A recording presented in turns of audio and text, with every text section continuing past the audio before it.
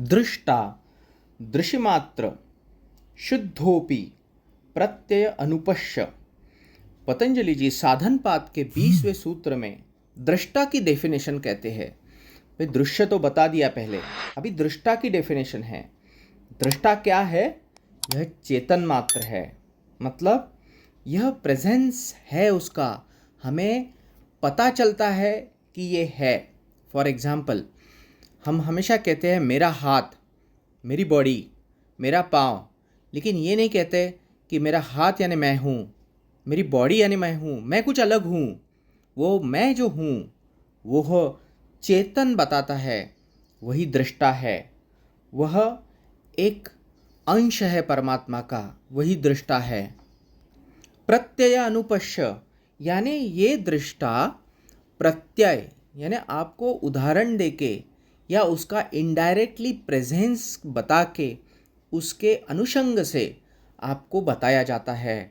यह आप देख नहीं सकते, पंचेंद्रिय आपके उसको सेंस ज़रूर कर सकते हैं लेकिन कंक्लूड नहीं कर सकते हैं। ये है दृष्टा, इसी को दृष्टा कहते हैं।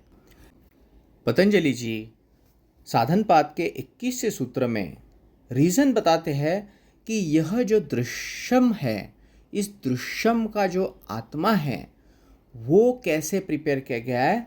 वो कहते हैं तदर्थ एव दृश्यस्यात्मा, मतलब ये दृष्टा जो है, जो परमात्मा का अंश है, उसी ने यह आत्मा तैयार किया है और वहाँ से ही यह पूरा दृश्य क्रिएट हुआ है।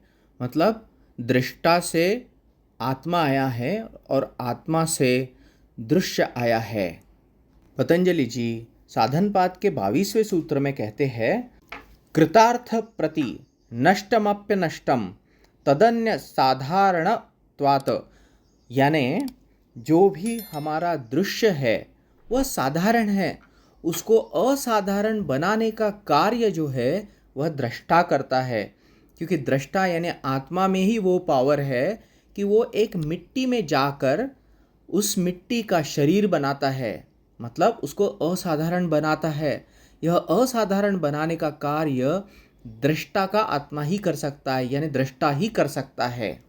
इसलिए पतंजलि जी साधनपाद के 22वें सूत्र में कहते हैं कृतार्थ प्रति नष्टमप्य नष्टम तदन्य असाधारणत्वात्।